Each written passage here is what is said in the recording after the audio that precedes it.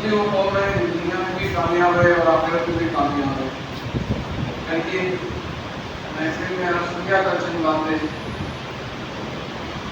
امام علی رضا کو جب امامت ملی امام حسین قاسم کے بعد، امام کی جو امامت کے دور ہے وہ 20 سال ہے. امام نے 20 سال امامت کی زندگی گزاری. ان 20 سال میں امام کو 3 لوگوں کا سامنا کرنا پڑا. پہلا شخص ہارون رشید جو محمود کا باپ تھا، دوسرا امین اور تیسرا محمود رشید. یہ 3 لوگوں کے دور میں امام نے اپنی امامت کا سلسلہ جاری و ساری رکھا. امام جب ہارون رشید کی زندگی میں امامت کا فائز ہوئے اور اپنی امامت کا آغاز کیا تو امام نے بغیر تقیے کے، اس سے پہلے جو بعض امام ہے تو انہوں نے زندگی کے حالات تقیے کے دور میں گزارے، لیکن امام افضل تقیے کے دور میں حالات نہیں گزارے. امام نے زندگی گزارنا شروع کی، امامت شروع کی بغیر تقیے کے. تو کچھ لوگ امام کے پاس تشریف لائے کہ مولا آپ کھل کر اپنا اعلان نہ کیجیے ورنہ یہ آپ کو نقصان پہنچائے گا. خود پر آپ یہ نہ بتائیے کہ آپ اولاد علی میں سے آپ ہی کے لیے امامت ہے، آپ ہی وارث امامت ہے. امام نے فرمایا کہ اگر اس سے پتہ بھی چل جائے تو یہ مجھے کچھ نہیں کر سکتا. لوگوں نے سوال کیا مولا کیوں؟ کہا اس نے میرے بابا کا قتل کیا تھا، میرے بابا کو زہر دیا تھا. یہ بات یہ نہیں چاہتا تھا کہ لوگوں تک پہنچ جائے. کھل کر اس نے مولا کو زہر نہیں دیا تھا صاحب امام کو، لیکن یہ بات جب عوام تک پہنچ گئی تو عوام کے اندر غصہ اور ناراضگی شامل ہو گئی تھی. لہٰذا ان چیزوں کو دیکھ کر ہارون رشید یہ نہیں چاہتا تھا کہ میں امام رضا کو اذیت دوں تاکہ اس بات میں اور دلیل پیدا ہو جائے کہ میں ہی امام کا دشمن ہوں. لہٰذا اس نے امام رضا کو کوئی نقصان پہنچانا شروع نہیں کیا. امام نے زندگی گزارنا شروع کی. اس وقت ظلم و ستم اور دور کا ہوگی. امام نے الحمدللہ امامت کا دور شروع کیا، مل کر قرآنی تعلیمات دینا شروع کی، امامت کا آغاز کیا. جب وہ مرحلہ گزرا اپنے امام محمود کے دور میں، کل بیان کیا تھا محمود کے دور میں جب آیا تو محمود نے امام کو مختلف طریقوں سے اذیت دینا شروع کی. خطرہ اس لیے تھا کہ اگر حکومت نے امام کو دخل انداز نہیں کیا، امام کو شامل نہیں کیا تو پھر میرے لیے یہ حکومت نقصان پہنچائے گی، میری حکومت مجھ سے چھین لی جائے گی. اس نے امام کو حکم دیا آپ آئیے اور میری ولی عہدی کو قبول کیجیے کہ آپ میرے ولی عہد بن جائیے. اللہ نے منع کیا کہ میں میری ولی عہدی کو قبول نہیں کرنا چاہتا. اس نے زبردستی کی. ہم نے کہا میں آپ تو رہا ہوں میری ولی عہدی قبول نہیں ہوگی. جب زیادہ زور اور دباؤ پڑا تو امام نے فرمایا تو مجھے جو بھی عہدہ دینا چاہتا ہے دے دے، لیکن نہ میں کوئی حکم کروں گا، نہ میں کسی کو عہدہ دوں گا، نہ میں کسی کو منصب دوں گا، نہ میں کسی کو منصب سے ہٹاؤں گا.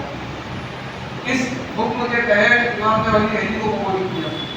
اب جیسے امام گئے خراسان، جب آئے مشہد میں، اب ولی عہدی امام نے قبول تو نہیں کی تھی لیکن ظاہری طور پر ولی عہد بنے ہوئے تھے. مامون یہ چاہتا تھا کہ میں لوگوں سے امام سے لوگوں کو منحرف کر دوں گا، جدا کر دوں گا.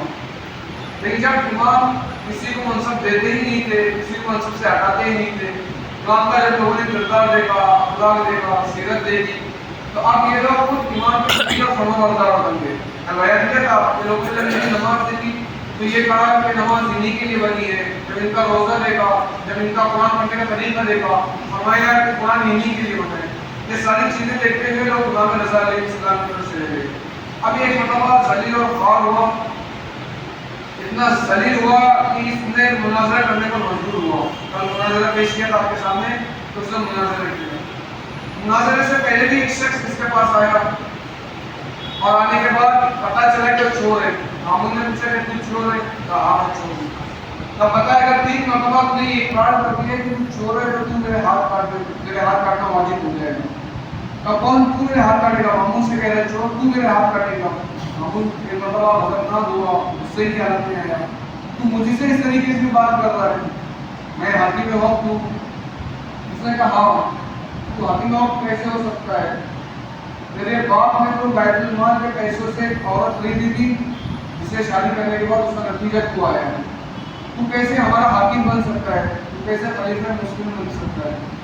لہٰذا جب چور کی ہے ہمت اور ضرورت دیکھی تو اس نے کہا امام سے کہ امام سے کہا کہ آپ فیصلہ کیجیے. امام نے کہا میں تجھے ولی عہدی اس وقت قبول کروں گا کہ جب میں کوئی فیصلہ نہیں کر سکتا ہوگا. اس نے جب دیکھا تو امام سے کہا آپ کچھ تو بولیے. امام نے کہا وہ جو بول رہا ہے بالکل صحیح بول رہا ہے. جیسا ایک چور نے یہ بتایا نہ ان کی خلافت صحیح ہے نہ ان کی حاکمیت صحیح ہے، اور صرف امام رضا علیہ السلام کے قاتل نہیں بلکہ ائمہ کا جو بھی دشمن تھا نہ اس کی خلافت صحیح تھی نہ اس کی حکومت صحیح تھی. صلی اللہ علیہ وسلم.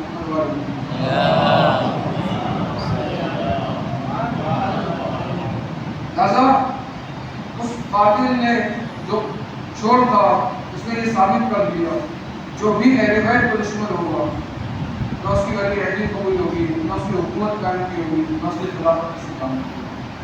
بہرحال عزیزوں وہ مناظرہ بھی اس نے کیا. اب جب مناظرے میں بھی اس سے شکست محسوس ہوئی تو یہ تو اور ذلیل اور رسوا ہو گیا. یہ آیا تھا امام کو ذلیل کرنے کے لیے. بہرحال اسے اور خواہش ہوئی اپنے آپ کو ذلیل کرنے کی. اس نے دیکھا کہ قوم کی کون سی ضرورت ہے. پتہ چلا کہ اس وقت قہر پڑا ہوا تھا، بارش نہیں ہو رہی تھی. جب بارش نہیں ہو رہی تھی تو اس نے حکم دیا کہ ماہرین کو بلایا جائے، وہ افراد کہ جو دیکھ کر بتا دیتے ہیں کہ بارش ہونے والی ہے یا نہیں ہوگی. جب انہیں بلایا گیا تو ان سے پوچھتا ہے کہ بھائی بارش ہوگی یا نہیں ہوگی. انہوں نے آسمان کی طرف نظر کیا، کہنے لگے بھائی اس سال تو بارش ہونا ناممکن سی بات ہے. میں صحیح سے دیکھ کر بتاؤ کہاں ممکن ہی نہیں ہے کہ کچھ دن بارش ہو. اب اس لیے کو موقع ملا اس طرح امام علی رضا کو بلایا جائے اور تمام لوگوں کو جمع کیا جائے اور سب کے درمیان یہ کہا جائے کہ یا علی رضا تم دعا کے لیے بارش کرو، بارش کے لیے دعا کرو. جب امام بارش کے لیے دعا کریں گے اور جب بارش نہیں ہوگی تو امام ذلیل اور رسوا ہو گئے ماشاء اللہ. اب اس نے سب کو حکم دیا، سب لوگ جمع ہوئے، امام کو بلایا گیا کہ دعا کیجیے. امام نے کہا کہ میں ایسے دعا نہیں کروں گا، میں 3 دن روزہ رکھوں گا اور اس کے بعد دعا کروں گا. پھر پورے شہر میں اعلان کیا گیا کہ سب لوگوں پر ضروری ہے کہ 3 دن روزہ رکھا جائے تاکہ امام رضا بارش کے لیے دعا کریں گے. سب لوگوں نے عزیزوں روزہ رکھا. اب سب لوگوں کو جمع کیا اس لیے کہ بارش تو ہونے والی نہیں تھی تاکہ امام ذلیل اور رسوا ہو جائے. اب پورا میدان سجا، امام میدان میں گئے. اب جیسے ہی ہاتھ مولانا نے دعا کے لیے اٹھائے اچانک بادل نظر آئے. جیسے ہی بادل نظر آئے اب وہ لوگ جو امام کو ذلیل ہونے کے لیے دیکھنے کے لیے آئے ہوئے تھے وہ امام کے مدعی اور فرما بردار ہو گئے. ویسے ہی گھر کی طرف بھاگنے لگے اور یہ اعتراض کرتے تھے کہ آپ ہی امام نے کہا رک جاؤ، کہ بادل تمہارے لیے نہیں ہے، جب میں تمہیں حکم دوں کہ گھر کی طرف چلے جانا تب چلے جانا. ابھی جو بادل آئے گے وہ تمہارے لیے آئیں گے. پھر کچھ دیر کے بعد امام نے حکم دیا کہ گھر چلے جاؤ، یہاں پر بارش ہوگی. اور امام نے بارش کر کے بتا دیا کہ ہم یہ وقت کے امام ہیں، میں یہ وقت کا امام ہوں. صلی اللہ علیہ وسلم.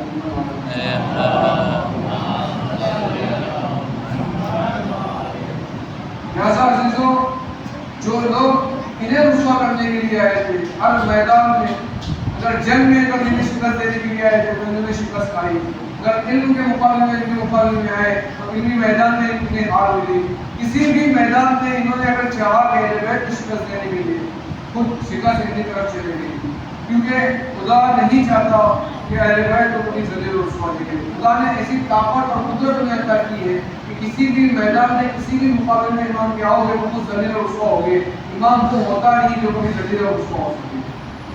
ایسا عزیزوں آپ دیکھ لیں کبھی میں نے معجزہ بیان کیا تھا، ایک اور معجزہ بیان کرتا ہوں میں آپ کو کہ اگر آپ دعائیں بھی ان کی بارگاہ میں لے کر آئے گے وہ دعا جو قبول ہونے کا ذریعہ ہی بنتی ان کی بارگاہ میں آنے کے بعد قبول ہو جاتی ہے. ایک واقعہ ہے، ایک شخص جو مشرق میں رہا کرتا تھا،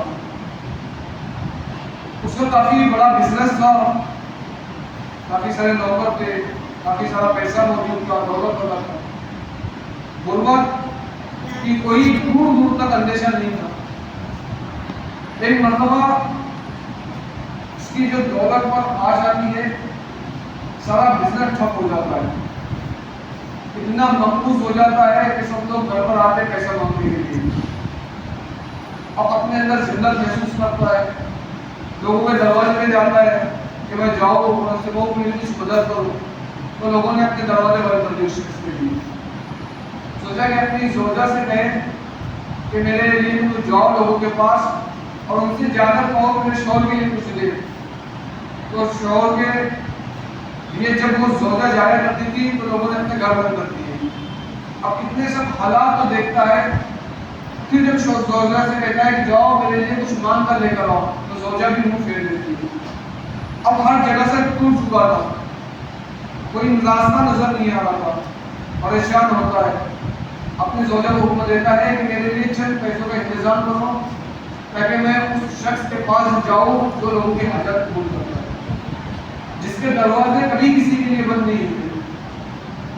زوجہ پیسوں کا انتظام کرتی ہے. کہاں جاؤ گے؟ مشہد جاؤ ہوا.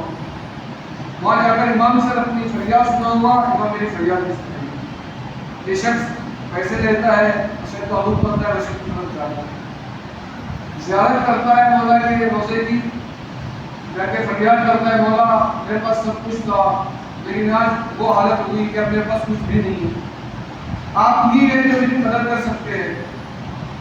دعا کرنے کے بعد، فریاد کرنے کے بعد جیسے ہی حرم سے باہر آتا ہے اور جہاں پر چپل جمع ہوتی ہے اور ٹوکن دیا جاتا ہے، وہ ٹوکن دینے کے لیے جیسے جیب میں ہاتھ ڈالتا ہے دیکھتا ہے ٹوکن بھی موجود نہیں، اور جو بچا کچا پیسہ تھا گھر جانے کے لیے واپس اور کھانے کا وہ پیسہ بھی چوری ہو گیا.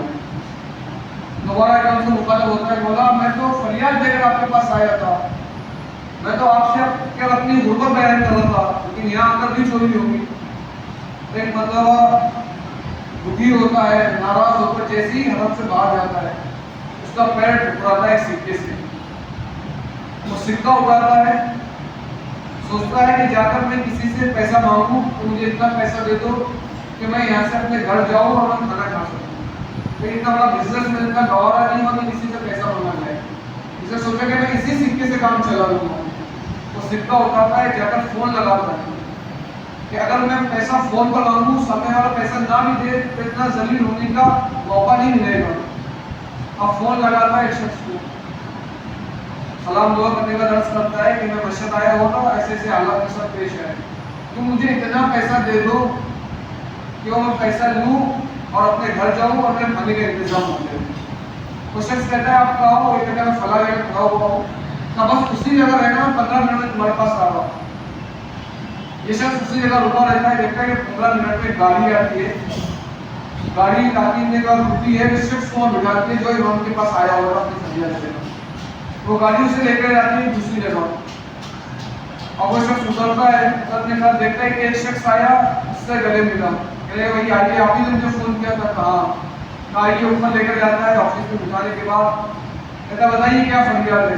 کہے بھائی مجھے اتنا پیسہ دے دو تو میں کھانا کھا لوں اور اپنے گھر جا سکوں. بولے ٹھیک ہے تمہیں کھانا کھانا ہے، پہلے کھانا کھا لو. وہ دسترخوان لگواتا ہے، اسے کھانا کھلواتا ہے. جب وہ کھانا کھا لیتا ہے آرام سے بیٹھتا ہے، بتاؤ کیا بات ہے؟ کہا مجھے اتنا پیسہ دے دو کہ میں اپنے گھر چلے جاؤں. کہا بتاؤ تم کون ہو؟ کہا میں بہت بڑا بزنس مین تھا، میرا بزنس کافی اچھی طریقے سے چلا کرتا تھا، لیکن نہ جانے کون سی وہ نوبت آئی کہ میرا بزنس برباد ہو گیا. میں امام پاس آیا تھا تاکہ کچھ یہاں سے لے کر چلا جاؤں. میں کتنا پیسہ چاہیے تمہیں؟ میں اتنا پیسہ دے دو کہ میں اپنا قرض چکا چکوں. وہ شخص نے ایک چیک نکالا، اتنا پیسہ دے دیا جتنی بھی سے ضرورت. کہا اگر تم نیا بزنس شروع کرو گے تو کتنا پیسہ لگے گا؟ تو بتا تھا اتنا پیسہ لگے گا. تو انسان اسے اور اتنا زیادہ پیسہ دے دیتا ہے. جب اس کی ضرورت پوری ہو جاتی ہے کہتے ہیں تم مجھے اتنے مہربان کیوں ہوتی ہے، مدد کیوں کرو. ابھی وہ شخص وہ جو امام رضا کے حرم میں آیا اپنی فریاد دے گی، جب اس کی مدد ہو جاتی ہے وہ پوچھتا ہے کہ میری مدد کیوں اتنی کر دو. وہ کہتا ہے کہ ایک مرتبہ میرے بچے کی طبیعت خراب ہو گئی، لیکن امام کس طریقے سے آپ کی مدد کرتے ہیں. وہ حالات جب وہاں پر کوئی نظر نہیں آتا ہے کہ ہماری مدد کرے گی، امام کیسا ذریعہ ہمارے لیے لگاتے ہیں کہ ہم مارکیٹ پہ چلے جاتے ہیں. وہ شخص فرماتا ہے کہ میری بیٹی کی طبیعت بہت زیادہ خراب ہو گئی تھی، میں نے بڑے بڑے ہاسپٹلوں میں لے کر گیا، ڈاکٹر نے جواب دے دیا کہ اس کے بچے کی کوئی چانس نہیں ہے. بس ایک ہاسپٹل میں جب میں گیا ان سے بہت زیادہ ریکویسٹ کی تو انہوں نے فرمایا کہ جا کر اس کا چیک اپ کراؤ، اگر اس کا چیک اپ ہو جاتا ہے تو اس کا علاج کروا دیں. اب ممکن ہی نہیں تھا کہ میرا بچہ بچ جائے. اب ایک باپ سے پوچھی کہ اس کے دل میں اپنے بچے کی نہیں ہوتا ہے. میں بہت زیادہ ناراض ہو گیا، میں بہت زیادہ غمگین ہو گیا کہ میرا بچہ اس دنیا میں نہیں رہتا ہے۔ میں نے امام رضا کا رخ کیا، میں نے کہا مولا میں آپ کی مسجد کا ہی رہنے والا ہوں، میں آپ کے پاس کم آتا ہوں لیکن آپ امام رؤوف ہیں، اگر آپ ہماری مدد نہیں کریں گے تو کائنات میں کوئی نہیں ہے کہ میری مدد کر سکے، میرے بچے کی زندگی بڑھا دوں، اگر مولا میرے بچے کی زندگی بڑھ گئی تو میں آپ کے ظاہر کی مدد کروں گا اور ایسی مدد کروں گا اسے پھر کسی اور چیز کی ضرورت محسوس نہیں ہوگی۔ وہ شخص کہتا ہے کہ ہم ہاسپٹل گئے چیک اپ کرانے کے لیے کہ جہاں پر ممکن نہیں تھا کہ میرا بچہ بچ سکتا ہے، جب میں نے امام سے فریاد کی تو امام نے فوراً محسوس کیے، امام نے میری حاجت کو قبول کیا اور وہ ذریعہ فراہم کیا کہ میرے بچے کی طبیعت صحیح ہوگی، میرے بچے کی زندگی بڑی ہوگی۔ لہٰذا عزیزو، جب بھی اور بھی واقعات کے اندر جو کل بیان کیا تھا آپ نے اندازہ لگایا ہوگا، ہم ہزار دیر ان کے در پر آتے ہیں یہ کہ ہمیں ذلیل اور رسوا نہیں ہونے دیں۔ ایک سوال پڑھو۔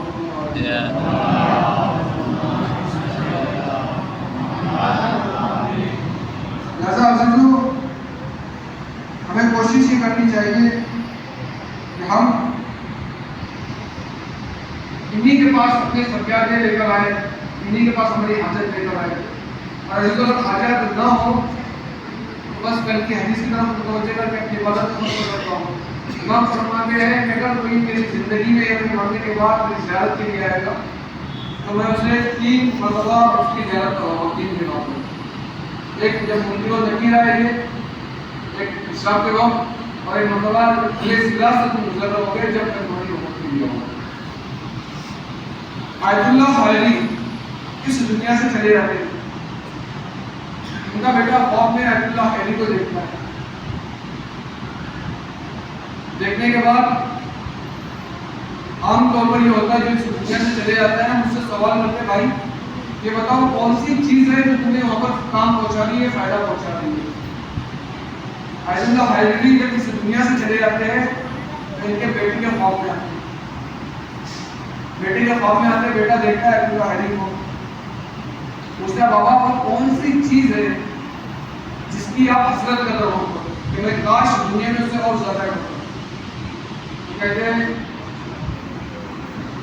بیٹا میرے دل میں یہ حسرت ہے کہ اگر مجھے دنیا میں جانے کا موقع مل جائے یا میں دنیا میں ہوتا تو میں امام رضا کی زیارت پہ جاتا۔ لیکن بابا آپ دنیا میں کتنی مرتبہ امام کے روزے پر گئے؟ میں 200 مرتبہ گیا۔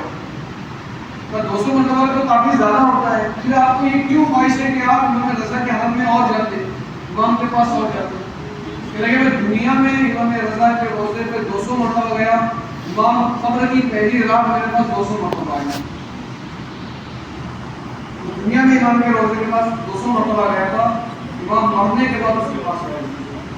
وہ رات کی جو بہت ہولناک دردناک ہوتی ہے، اگر ہم دنیا میں ان کی طرف رخ کریں بغیر کہ حاجت ہو کر بھی تو امام ہماری قبر میں آتے ہیں۔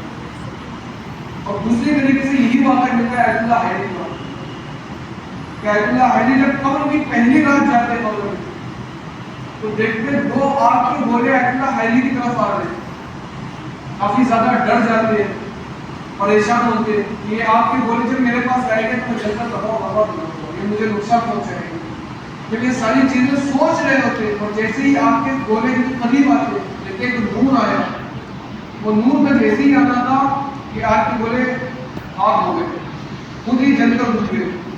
اب آیت اللہ حائری پریشان ہوتے اس نور سے پوچھتے کہ تم کون ہو کہ تمہارے آنے سے جو آفت میرے پاس آ رہی تھی رک گئی؟ کہنے کہ میں ہی امام رضا ہوں، میں نے وعدہ کیا تھا کہ اگر تم میری دنیا میں زیارت کرنے کے لیے آؤ گے تو میں تمہاری زیارت کے لیے آؤں گا، تم میری زیارت پہ آیا کرتے تھے جیسا میں تمہاری زیارت پہ آیا۔ عزیزو اگر یہ زیارت پر آ گئے تو جو آگ کے گولے آیت اللہ حائری کو نقصان پہنچانے کے لیے آ رہے تھے وہ انہیں نقصان نہیں پہنچا سکتے۔ تب عزیزو وہ امام کی جنہوں نے ہمیں زندگی میں بھی وعدہ لیا ہے کہ تم ہماری طرف رخ کرو، ہم تمہیں رسوا نہیں ہونے دیں گے، لہٰذا اگر ہم دنیا میں بھی ان کی طرف رخ کریں نہ امام ہمیں دنیا میں ذلیل اور رسوا ہونے دیں گے، نہ آخرت میں امام ہمیں ذلیل اور رسوا ہونے دیں گے۔ اور عزیزو ہم خوش نصیب ان افراد میں سے ہیں کہ دنیا میں بھی مولا کی مدد ہمیں ملتی ہے، آخرت میں بھی مولا کی مدد ہمیں ملتی ہے۔ صلی اللہ علیہ وسلم۔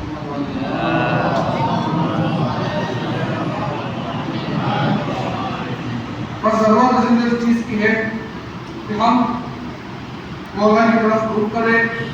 جب ہم ان کی طرف ایک قدم بڑھاتے ہیں تو یہ ہمارے طرف وقت قدم بڑھانے کے لیے حاصل ہے.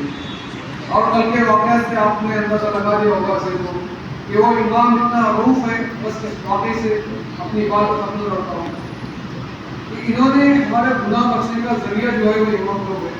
الحمد اللہ بھائی نے جو تعویذ دیا تھا کہ اپنے دروازے پہ لکھانا کسی گنہگار کو آنے کے اندر اجازت نہیں ہے, کسی غیر اس کو اللہ کو آنے کے اندر اجازت ہے. انہوں نے منع کیا. کیا فرمایا, اگر یہ ہماری بارگاہ میں نہیں آئے تو کون آئے گی. ہم سے کئی زیادہ چاہت ہمارے اماموں کو ہے, جسے جمعہ میں بیان کیا. اور امام زمانہ ہم سے ملنے کو مشتاق ہے. اسی طریقے سے امام رضا اور تمام ائمہ یہ چاہتے ہیں کہ ہمارے شیعہ صرف جائے تو ہمارے در پر ہی آئے ورنہ کسی در پر نہ آئے. اگر ہمارے شیعوں کو حاجت ہو تو ہماری در پر آئے, کسی اور کے در پر نہیں آئے. اگر ہمارے شیعہ مصیبت اور غم زدہ ہے تو ہم سے آ کے تکلیف بیان کرے, کسی اور کے پاس نہیں. لہٰذا عزیزو, جب بھی غم اور رکاوٹ کی وقت اور گھڑی آئے تو انہیں کا رخ کیجیے کہ آپ کو دنیا میں بھی مدد کرے اور آخرت میں بھی مدد کرے. آخر میں خدا کے عالم سے دعا ہے